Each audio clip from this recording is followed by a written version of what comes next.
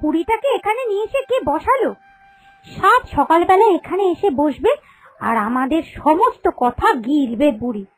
বুড়ি তো লাঠি ছাড়া এক মুহূর্ত নড়তে পারে না, তাহলে এই দাওয়ায় বসিয়েছে মানে নির্ঘাত কেউ ওকে এখানে নিয়ে এসেছে। হ্যাঁ, নিয়ে তো এসেছেই। ওই ছোট বউটা আছে না, ওই ক্যাতাকটকিরি করে এখানে নিয়ে এসেছে। যত সব! এই অপয়া অন্ধ বুড়ির মুখ দেখলে পুরো দিনটাই খারাপ যাবে। বুড়ির এত গয়না গাটি, এত সম্পত্তি, কিচ্ছু ভাগ বাটোয়ারা করে না। আমিও ঠিক করেই রেখেছি, যতদিন না ভাগ বাটোয়ারা করবে ততদিন আমরা বুড়ির সঙ্গে ভালো কিছু ব্যবহার করবই না। থাকবো রে ওইভাবে একা একা পড়ে। বাদ দে তো এসব কথা, চা খা। সকালবেলা উঠেছিস, ভালো করে চাটা খা। চাটা খেয়েও তো শান্তি নেই। আজকে চা খেয়ে দেখেছো, একেবারে পানসি হয়েছে। ছোট বউটা যে কিভাবে আজকে চা বানিয়েছে জানি না। ওই বুড়ির সঙ্গে ছোট বউকেও ঘা কতক দিতে হবে। বড্ড বার বেড়েছে, যা ইচ্ছা তাই করছে। একটু সুযোগ পেয়েছে, ব্যাস অমনি তিরিং বিরিং করে লাফানো শুরু। আর বুড়ির জন্য ওর দরদ বড্ড উঠলে উঠেছে। দাঁড়া না, ছোট বউকেও এবার একদিন টাইট দিতে হবে। ও বৌমা, অনেক তো হলো, আমাকেও চা দাও।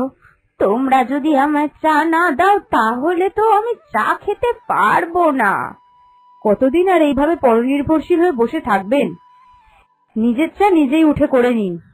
অন্ধের সাথে মশকরা করছো? আমি যদি করতে পারতাম তাহলে তোমাদের ওপর নির্ভর করে থাকতাম না। তাহলে আমাদের উপর যখন নির্ভর করেই আছেন তখন আমাদের উপরই পুরোটা ছেড়ে দিন। আজকে চা হয়নি তাই আপনাকে চা দেওয়া যাবে না, একেবারে দুপুরে ভাত খাবেন। পুরো সকালটা না খেয়ে থাকবো? কি বলছো? আমি বুড়ি মানুষ, এতক্ষণ খালি পেটে থাকলে যে আমার শরীর খারাপ করবে। চা হয়নি কেন বলছো? এখান থেকে বসে তো শুনতেই পাচ্ছি আজকে চা নাকি পানসে হয়েছে। তাহলে তো চা হয়েছে, আমায় একটু দাও না। দেখলি, বলেছিলাম না যে কথা গেলার জন্য বাইরে এসে চুপ করে বসে রয়েছে। বলেছি তো চা হয়নি, এতবার বলবেন না। অন্ধ শাশুড়িকে নিয়ে তাদের বড়ই জ্বালা। শাশুড়ি চোখে কিছু দেখতে পারতেন না বলে সব কিছু তার বৌমাদেরই করে দিতে হতো। আর এইদিকে বড় বউ আর মেজ বউ ছিল খুব শয়তান। তারা শুধুমাত্র শাশুড়িকে একটু খেতে দিত সম্পত্তির লোভে। যদি সম্পত্তিটুকু না থাকতো তাহলে হয়তো এতদিনে তারা তাদের শাশুড়িকে গাছতলায় বসিয়ে রেখে আসতো। আর যেহেতু তাদের শাশুড়ি অন্ধ, কিছুই করতে পারে না নিজের, সেই জন্য তাদের দুই বউয়ের বড় কষ্ট। ছোট বউ ছিল খুবই দয়াশীল এবং প্রচন্ড ভালো। ছোট বউ তার শাশুড়ির যত্ন আত্মীর কোনো ত্রুটি রাখত না, কিন্তু ছোট বউয়ের স্বামী বাইরে থাকার জন্য ওই দুই বউ সব সময় ছোট বউকে ভয় দেখিয়ে রাখত যে যদি ছোট বউ এই দুই বউয়ের কথা না শোনে তাহলে ছোট বউকে বাড়ি থেকে তাড়িয়ে দেবে, তাকে এই বাড়িতে কোনো মতেই রাখবে না। তাই দুই জায়ের ভয়ে ছোট বউ প্রতিবাদ করতে পারত না। দিদি, আজকে তো আমার বাবা মা আসবে। হ্যাঁ জানি তো, আমি ছোট বউকে সেই কোন ভোরবেলা বাজারে পাঠিয়ে দিয়েছি। বলেছি আজকে মোচার চপ, গলদা চিংড়ির মালাইকারি, চিকেন কষা, মাছের মাথা দিয়ে মুগের ডাল আর ঝুরু ঝুরু করে আলু ভাজা হবে। বাপ রে, এ তো এলাহি আয়োজন। কিন্তু এত যে আয়োজন করছো, ওই বুড়িটাকেও তো দিতে হবে। সে তো ঘরে বসে বসে সব গন্ধ পাবে। সেসব নিয়ে তোকে কিচ্ছু ভাবতে হবে না, ব্যবস্থা আমি সব করেই রেখেছি। তুই বরং যা, ঘরে যা। বাবা মা আসছে বলে কথা, ঘরটাও একটু গোছগাছ করে রাখ।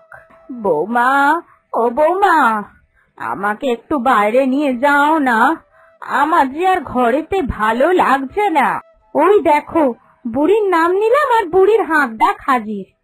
সারাদিন এত হাঁক ডাক করে, আমরা তো পাত্তাও দিই না। বুড়ি কি বোঝে না নাকি? আজ বাড়িতে অতিথি আসবে, আপনাকে আর বাইরে বেরোতে হবে না। ঘরে যেমন বসে রয়েছেন তেমন চুপচাপ ঘরেই বসে থাকুন। আপনাকে নিয়ে আমরা এত ঝামেলা আর পোয়াতে পারবো না। এরপর দুপুর হলে, এই নিন, খাবারটা খেয়ে নিন।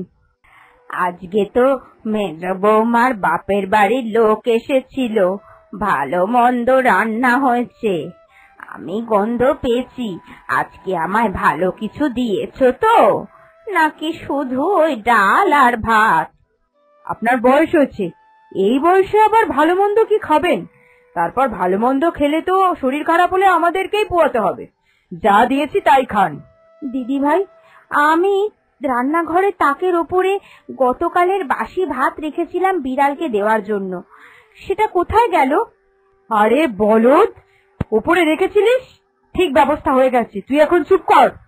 আমি বুঝি গো বৌমা, খেতে বসে ভাতের স্বাদ আমি বুঝি, কোনটা টাটকা ধোঁয়া ওঠা ভাত আর কোনটা দুদিনের বাসি ভাত সবই বুঝি। আমার সামনে চুপ চুপ করে কথা লোকানোর দরকার নেই।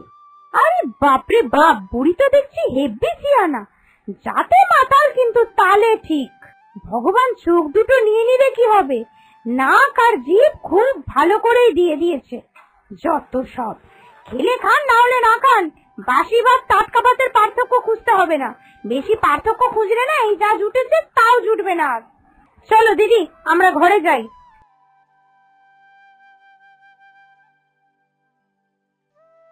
আচ্ছা মা, আপনি তো আপনার চোখের চিকিৎসাটা করিয়ে নিতে পারেন। বাবার পেনশনের টাকা, এত বড় সম্পত্তি, আপনার কি টাকার অভাব? তাহলে কেন মুখ বুজে এত লাঞ্ছনা গঞ্জনা সহ্য করেন? চিকিৎসাটা করিয়ে নিলে তো আপনার এত কষ্ট থাকে না। আপনি কেন নিজের চিকিৎসা করাচ্ছেন না? আমি আপনার এই কষ্ট আর সহ্য করতে পারি না, নিজেরই প্রচন্ড খারাপ লাগে। আর আমার যে কিছু করার ক্ষমতাও নেই। আমি জানি, সব জানি, ওরা তোমায় কিভাবে ভয় দেখিয়ে রেখে দিয়েছে। তুমি চিন্তা করো না, সময় আর সুযোগ আসলে সবই দেখতে পাবে। না রে বোকা, সব আছে। ছোট বউ আর অন্ধ শাশুড়িকে শুধু শুধু কত কাঁড়ি কাঁড়ি গিলিয়ে কি হবে? আমরা রেখে দিয়েছি রাতে খাবো বলে। দিদি ভাই, অনেকগুলো দিন হয়ে গেল কিন্তু আমরা ওই শাশুড়ির সেবা যত্ন করছি, এবার বিরক্ত লাগছে। আমি ঠিক করেছি জোর করে ওনাকে দিয়ে সম্পত্তি লিখিয়েই নেব। বুড়ি তো অন্ধ, কিছু চোখে দেখতেও পায় না। এই বুদ্ধিটা কিন্তু তুই ঠিক দিয়েছিস। দাঁড়া, আমি আজই উকিল সাহেবের বাড়ি যাব। কোথায় যাবে বলছিলে গো বৌমারা? এ কি মা, আপনি বাইরে? আপনি তো লাঠি ছাড়া এক মুহূর্তও চলতে পারেন না, আর আজ হঠাৎ লাঠি ছাড়া একা একা হেঁটে বাইরে চলে এলেন? কি ব্যাপার? কোনো দিব্য শক্তি কি আপনার চোখে এসেছে নাকি? কোনো দিব্য শক্তি আমার চোখে আসেনি। আমার 3 বছর আগেই চোখের অপারেশন করানো হয়ে গিয়েছিল। তখন আমি চোখে দেখতে পাচ্ছিলাম, শুধু মিথ্যে কথা বলছিলাম যে কিছু দেখতে পাইনি, অপারেশন সফল হয়নি। আসলে এই 3টে বছরে আমি দেখে নিয়েছি যে কে আমায় কতটা ভালোবাসে। এই 3 বছরে তোমরা আমার সঙ্গে যা ব্যবহার করেছো, তাতে মনে হচ্ছে আমার চোখটা যদি সত্যি সত্যি না ভালো হতো তাহলে ভালোই হতো। অন্তত তোমাদের এই অনাচার আর আমার দেখতে হতো না। আমার ছেলেগুলো কেমন বদলে গেল, একবারও মায়ের ঘরে এসে জিজ্ঞাসা করলো না যে মা তুমি কেমন আছো। তোমাকে আমার বউয়েরা যত্ন আত্তি করছে তো? তোমাদের তো প্রধান চাহিদা ছিল শুধুমাত্র আমার সম্পত্তি, গয়নাগাটি, এইসব। আমাকে দেখার কোনো সদুদ্দেশ্য তোমাদের ছিল না। একমাত্র আমার ছোট বউটাই আমাকে মায়া মমতা দেখাতো, নিজের ভাগের খাবার লুকিয়ে লুকিয়ে আমাদেরকে দিয়ে যেত। তোমরা কখনো একবারও ভেবেছো যে তোমরা যে আমার সঙ্গে এই ব্যবহার করছো, তোমাদের ছেলেপুলেরা দেখে কি শিখবে? তারাও তো ভবিষ্যতে তোমাদের সঙ্গে এই ব্যবহারই করবে। ও, তাহলে আপনি আমাদের শিক্ষা দেওয়ার জন্য 3 বছর ধরে নাটক করেছেন? আপনাকে আমাদের ছেলে মেয়েদেরকে নিয়ে ভাবতে হবে না, আমাদের ছেলে মেয়েদের কথা আমরাই ভেবে নেব। আচ্ছা, নাটক করে যখন জেনেই গেছেন যে আমরা 2 বউ খুব খারাপ, তাহলে কি করবেন? আমাদের বাড়ি থেকে বের করে দেবেন? ভুলে যাবেন না মা, এই বাড়িতে যেমন আপনিও বউ তেমন কিন্তু আমরাও বউ। এই বাড়ির ওপর আপনার যতটা অধিকার রয়েছে আমাদেরও ঠিক ততটাই অধিকার রয়েছে। আমায় এই বাড়ি থেকে বের করে দিতে পারবেন না। আর এই বাড়িটা আমাদের শ্বশুর মশাইয়ের। শ্বশুর মশাই তো এই বাড়িটা আপনাকে দিয়ে যাননি মারা যাওয়ার আগে। তাই এই বাড়ির ওপর যেমন আপনার অধিকার রয়েছে, তেমন 3 ছেলেরও সমান অধিকার রয়েছে। সেই জন্য আপনি কিছুতেই আমাদের এই বাড়ি থেকে বার করে দিতে পারবেন না। আরে মূর্খ, বড় বড় কথা বলার আগে জেনে তো নিতে যে তোমার শ্বশুর মশাই নিজেই আমার বাড়িতে ঘর জামাই থাকতেন। এইটা আমার বাপের বাড়ি ছিল। তোমার শ্বশুর মশাইয়ের কোনো জায়গা জমি ছিল না, শুধু চাকরিটা করতেন। আর আমার বাড়িতে ও ঘর জামাই থাকতো, তাই এই বাড়িটা আমারই। আমার বাবা আমার নামে বাড়িটা অনেকদিন আগেই লিখে দিয়ে গেছিল। যাও, এখন তোমরা যেতে পারো। বাড়ি থেকে আমি তোমাদের তাড়িয়েই দিচ্ছি।